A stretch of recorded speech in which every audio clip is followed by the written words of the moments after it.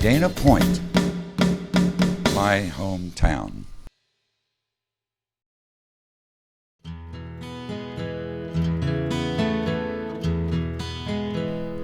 Long before your school was built, before the Dana Point Harbor even existed, before the streets and highways of Dana Point were laid out, before Spanish missionaries and local Indians built the San Juan Mission, long before any human being walked on Doheny Beach for the first time, Dana Point was full of action and drama. The wild ocean crashed against the land, and huge earthquakes and landslides changed this coastline many times. Sometimes Dana Point was actually at the bottom of the ocean. Sometimes it was at the top of a mountain range. Eventually, millions of years ago, earthquakes pushed the ocean floor up over 200 feet above sea level to form the dramatic cliffs, headlands, and gentle bay that stretches from San Clemente to the Dana Point Headlands. The present-day Dana Point Headlands is an outcropping, or promontory, that sticks out from the shore for all to see. These headlands have helped sailors navigate the Pacific coast since the first explorers ever sailed these waters. When you look carefully, the rocks form a distinctive outline of a face. Old stories say that nature made this dramatic face so that the native Indian people who lived here at the time could watch the sea for new arrivals. About 10,000 years ago, Indians began to gather in groups around the Dana Point cliffs and along the banks of the San Juan Creek. Some came to be called the Oak Grove people. Others came to be known as the Mission Indians, or Juanino Indians. One original name is the Ashaman Band. Many of the early Indians who gathered here ate fish, abalone, and acorns. They made salads spiced with insects, grubs, and grasshoppers. They also ate toasted caterpillars, sour ants, and cactus fruits. Other tribes who lived far inland would travel to this bay once a year for the sea harvest celebration. All the Indians would catch fish and dry them in the sun to take home for the winter. They also held big ceremonies on the beach, just like we all do now when we camp at Doheny Park or build a bonfire on the beach. Imagine this. It's a warm summer night. The moon shines on the bay, and all along the beach, hundreds of Indians have gathered around bonfires. An Indian chief speaks. Water give life to all fish. Fish give life to each of us. You, me, our children, all generations to come. We catch fish with respect and gratitude for life they give us and all our children. We all cherish and protect big water. Water is life. And this area has always been home to a lot of unusual wildlife, both on land and in the ocean. California condors, all kinds of sharks and whales, great auks, which look like big penguins, and puffins. Saber-toothed cats and woolly mammoth bones have been found right on the bluffs above the harbor. And once upon a time, sea otters lived in the bay in huge numbers.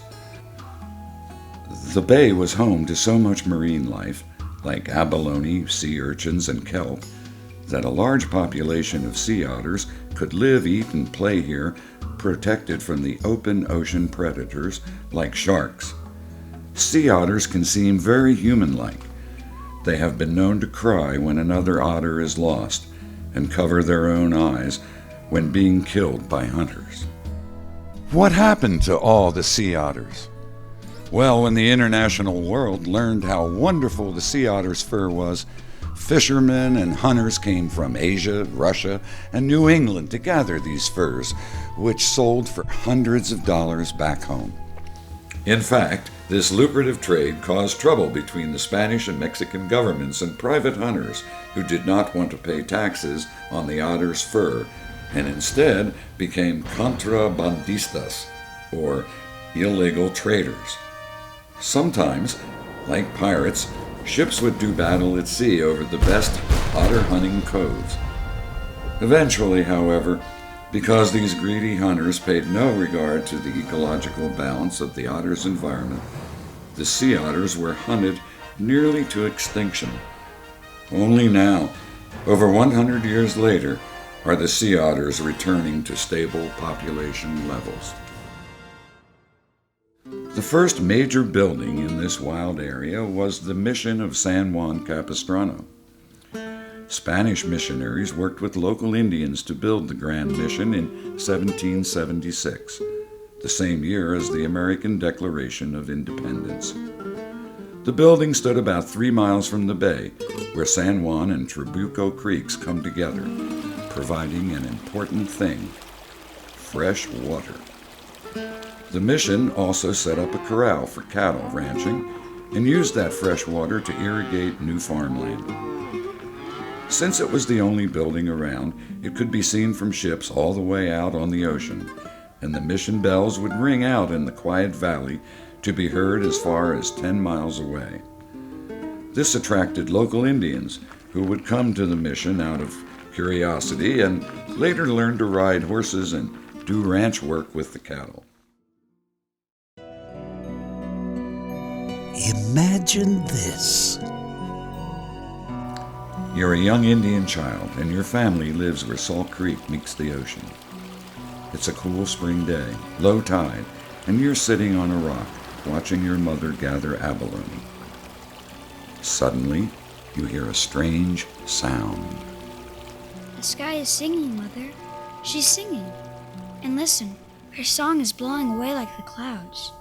I've never heard this before. There she goes again. From over the hill? That way. Let's go there, Mother. Imagine the very first time a bell ever sounded in Dana Point.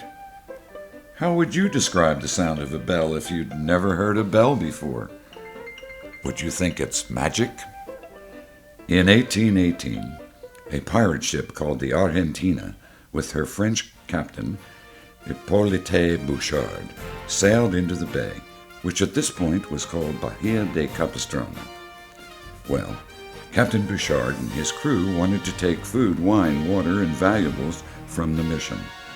And being pirates, they were willing to do it by force. But the residents of the mission were way ahead of them. They had left days before and had taken most of the valuables with them. The pirates burned most of the homes and drank all of the wine. Imagine this.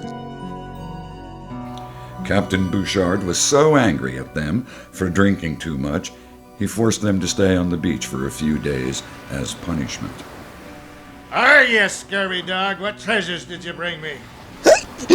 Ew, what, Captain? Where are my spoils, matey? Speak up, you salty drunken wretch.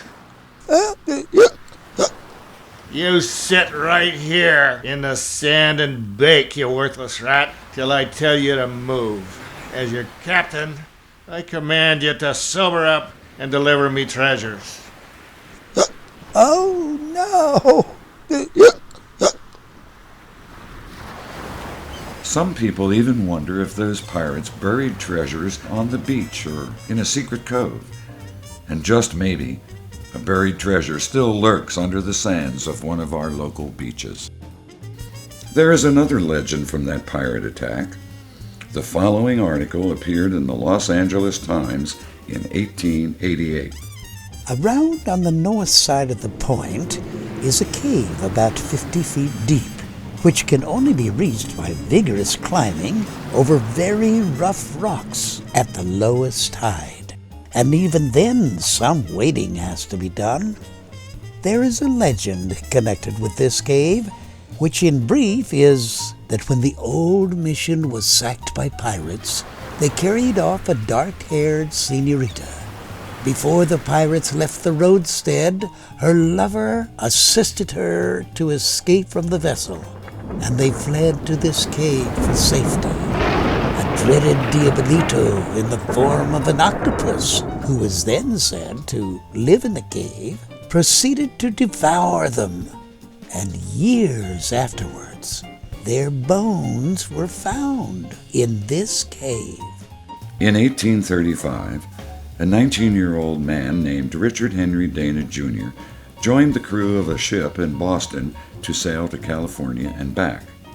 He later wrote a book about his adventures called 2 Years Before the Mast. Richard Henry Dana so loved the bay here that he called it the only romantic spot in California. During the days of Spanish rule, this area was called Bahia de Capistrano, but because of his book, our town is now named after R.H. Dana, Dana Point. Richard Henry Dana sailed here on a ship called the Pilgrim, a brig actually, which means it had 2 masts and square-rigged sails. You can visit this ship today in the harbor at the Ocean Institute, and maybe even take a field trip aboard her one day. The mission had been operating here for 50 years already by the time the Pilgrim dropped anchor for the first time. Many people at the mission and in the area would trade with the sailors when they came. The boats were like large floating stores, and people used cowhides like money to pay for the goods. Ranchers would bring the dry cowhides to the cliffs, and the sailors would throw them to the beach below. These men were called hide drogers. They'd throw each hide as hard as they could and watch it float through the air like a kite down the cliff.